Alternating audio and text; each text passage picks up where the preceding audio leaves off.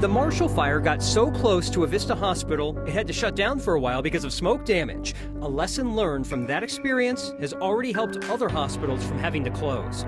Even if Douglas County could afford to buy Daniels Park from Denver, there is one other problem.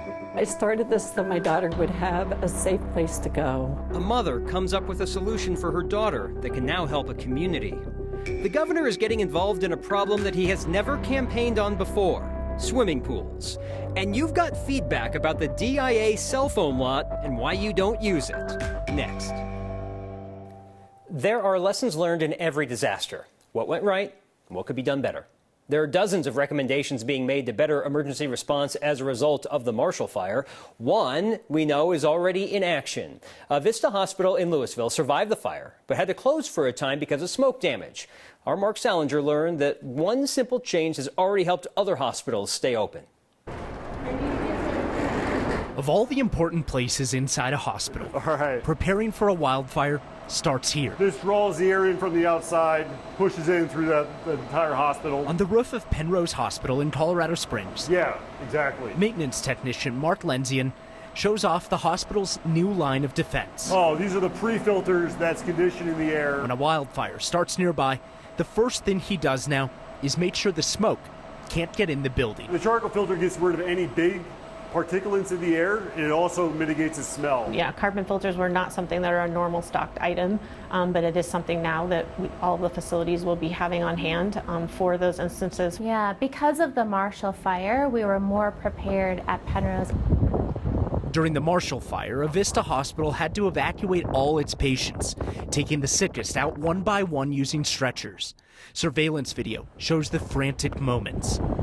The hospital survived, but was closed for weeks because of smoke damage inside. Now Centura hospitals have new filters to keep smoke out. Yes, that is worst case scenario. Dana McFadden already had to use the new filters at Penrose Hospital down in the Springs when a wildfire started nearby back in May. She's the fire and life safety specialist here. We already had those here. We were able to quickly deploy them to mitigate that, the smell of the smoke and the particles from coming in. And we assess what are our biggest fears, what are the biggest concerns in the community. And I would say every year fire has been at the top of that list. Centura has had to implement its newly revised fire plans several times since the Marshall Fire, from Colorado Springs to Durango. Christy Olson is the Penrose Chief Operating Officer. Absolutely, it's come in great use because even here on May 12th in Colorado Springs, we had 2 significant fires.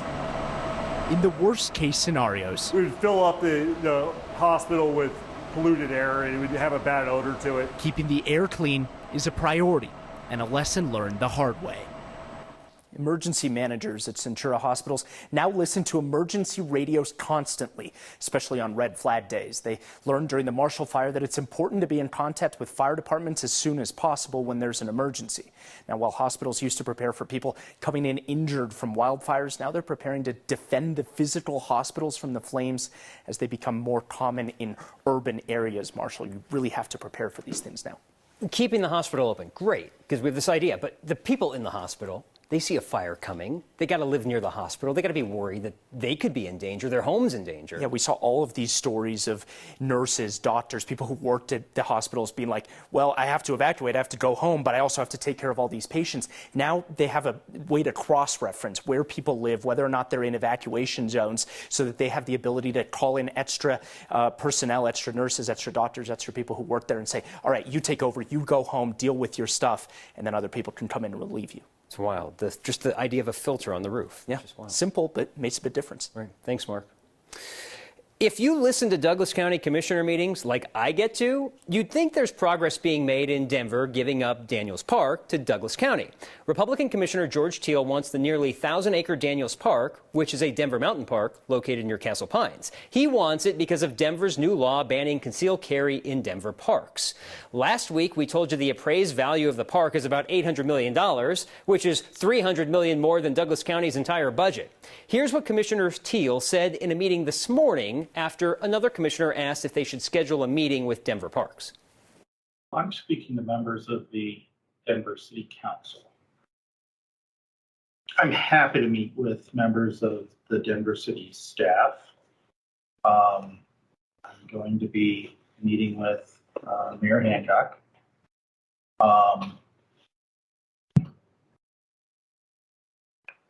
I'm satisfied where my discussions are going.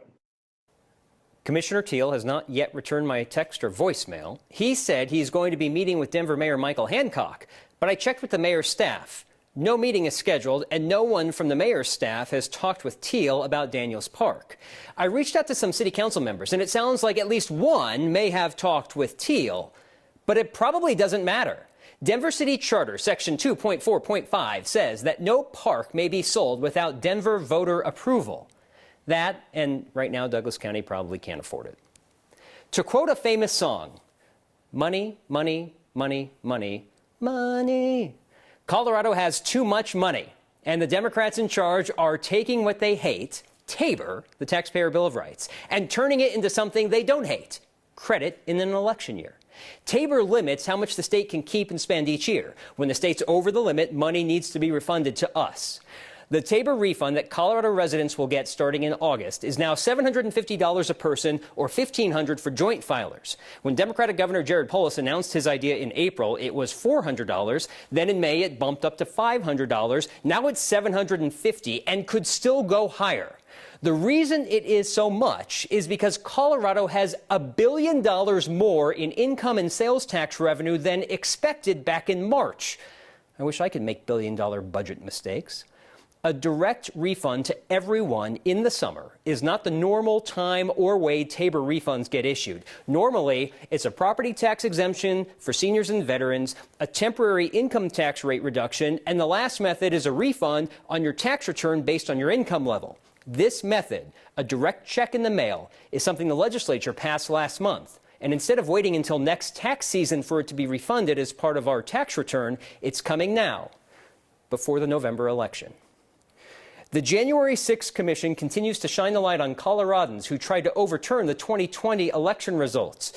Last week, it was CU conservative scholar John Eastman. Today, Colorado attorney Jenna Ellis. Some of the testimony today focused on a meeting Ellis and Rudy Giuliani had with Arizona lawmakers claiming they had proof of voter fraud in Arizona. Here's what happened when Arizona's Republican Speaker of the House asked for proof. I said, I want the names. Do you have the names? Yes. Do you have how they voted? We have all the information. I said, can you get to me that information? Did you bring it with you? She said, no. Both Mr. Giuliani asked her and I asked generally if they'd brought it with them. She said, no, it's not with me, but we can get it to you. And I said, then you didn't bring me the evidence. Perhaps the quote that sums up 2020 election fraud conspiracy theories came right after that. Arizona House Speaker Rusty Bauer said that Giuliani told him, quote, we've got lots of theories, we just don't have the evidence. The next month, December 2020, Ellis went on conservative talk radio in Colorado and claimed how Dominion may have swung some of the state and local races in Colorado. Just like her Arizona claim, she did so without ever providing proof. If you didn't know it was an election year, let me help. First, Tabor refunds getting sent earlier and in a different way than normal. Second, the governor is now getting involved in summer activities. Polis and other state and local leaders want more pools to be open in the summer. Some city pools have delayed opening or changed their hours because of lack of lifeguards. So the gov is throwing state grant money into the deep end. What this grant will enable them to do is pay better, and a couple of dollars an hour more if they need to. They can use the money on recruitment. There's more flexibility in staffing 16 and 17-year-old lifeguards with overtime, and we want to increase the supply of lifeguards by supporting the training of lifeguards. So by tackling it in this way, by July 1st, which is when the awards are made, we're hoping that this will lead to increased operating hours over July 4th weekend so people can get out and swim. Polis threw out a statewide survey that found pools were operating at a staffing level of about 56% compared to recent years. Cities or counties that seek the grant money are encouraged to match it with local dollars, but it's not required. Wolves being tracked by wildlife officers have gone rogue. Their battery-operated collars are low on batteries, and the way they're going to have to track them is less sophisticated. We learned more than we ever thought we needed to about the cell phone lot at DIA. But you had questions, and finding answers is what we do. I started this so my daughter would have a safe place to go. And we go to a sanctuary for transgendered teens, founded by a mom who wanted to help people just like her daughter. Next.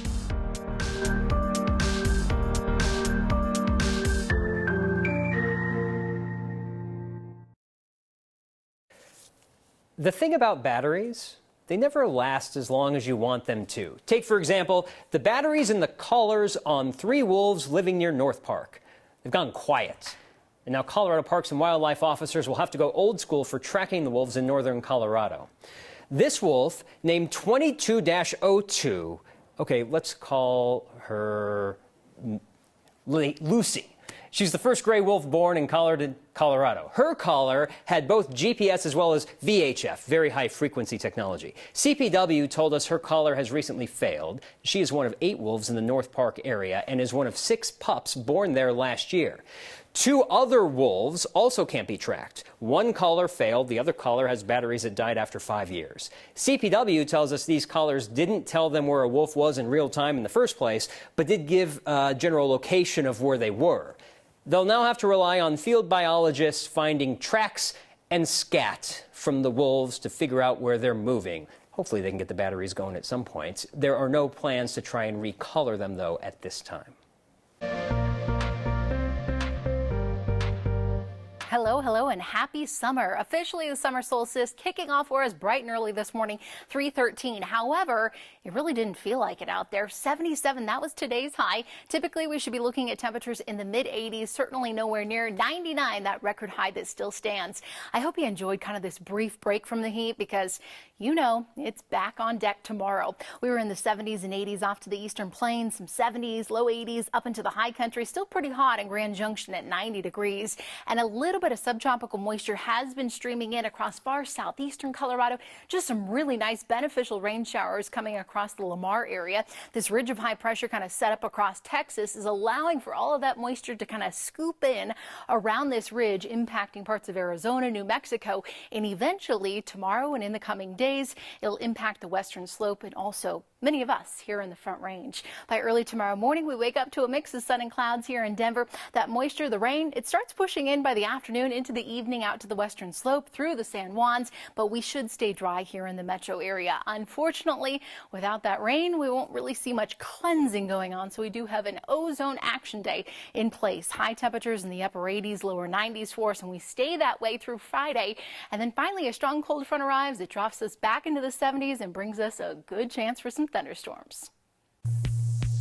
Who knew illegal parking would generate so much response? We're getting some feedback about the cell phone lot at DIA.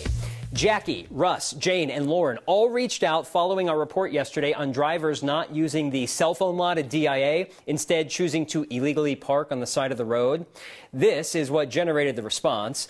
A "you crossed a line" segment that showed people idling in that no stopping, no parking area just ahead of passenger pickup. I joked if there were only a cell phone lot that you could wait for passengers legally. It's a joke because it exists. Jackie wanted to know where it is. Well, it's just as you enter the airport after E470. To get there, you have to exit 75th Avenue. That's the first exit where you would go to return rental cars or hit up the Pikes Peak lot. Russ and Jane took issue with the location. Yeah, I get it. It's not convenient. Before, it was right off of Pena to the south. You could just pull over. Now you have to make a few turns to get there and a few turns to get back to Pena. Lauren doesn't like the name cell phone lot. Well, it also goes by Final Approach, a food court with donuts, coffee, pretzels, and sandwiches. It has 160 spots. I was going to say mostly empty, but they were full there. But we all know that everyone's stopping on the shoulder close to the airport anyway. Keep the feedback coming. You may not like the answers, but we'll get them for you. How do we start to live our best life as trans women or trans people so that we're not always in crisis mode? A place to go and recover without judgment. Next.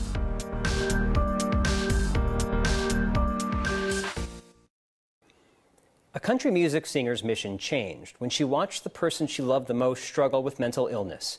Our Katie Eastman has the story of a mom who created a space to help people like her daughter. In the basement of Mary McCrae's house, Her accolades dot the walls. Well, I'm a professional singer-songwriter. I've done that my whole life. But these days, her music has one message. I was really trying to find a reason for it all. Mary wrote this song in the parking lot of an emergency room where her transgender daughter was being held after going through a mental health crisis. Tell me there's a reason. After the emergency room, there was no place for her daughter to go. I can't break free. Mary had her voice, but felt helpless. I just want to share this because when I found this in the back of her car, when I helped her clean out her car, she transitioned 2 years ago. And it says, freedom is found when we let go of who we're supposed to be and we embrace who we really are. And I started this so my daughter would have a safe place to go. Come on, Sam. Sam. This is what she started last year. Come on, Sam. A nonprofit LGBTQ sanctuary. This is Heart Mind Haven. This is a respite. It's a healing, recovery, and wellness center. We have not had any relapses. I know we're new. I'm new speaking about this, but it is amazing, I think, just what that love and unconditional support does for people. Their director of transgender and recovery services knows the need. A lot of our transgender residents are either brand new in transition or have been in for a while but have just had really, really bad experiences, which unfortunately exists for a lot of us. Cameron Byrne says this kind of place provides that continuum of care that's missing in the system. How do we start to live our best life as trans women or trans people so that we're not always in crisis mode, which is where we tend to live? Music will always give Mary a way to share the suffering she's seen. You deserve a chance. But in her words, she found her own reason. Over and over. We have a choice to be a messenger from where we've come from. And how do you walk through a war? And how do you feel those bullets? And how do you see people dying from those bullets? And do anything different with your life? For Next, I'm Katie Eastman. Heart Mind Haven currently has 8 residents. The location is not disclosed for safety reasons, but people interested in learning more about the organization can go to heartmindhaven.org. It is currently funded by 2 grants, one from Centura Health Equity and another from Signal Behavioral Health. It's a sign that a Littleton eye doctor is seeing the right patients. That plus my singing skills next.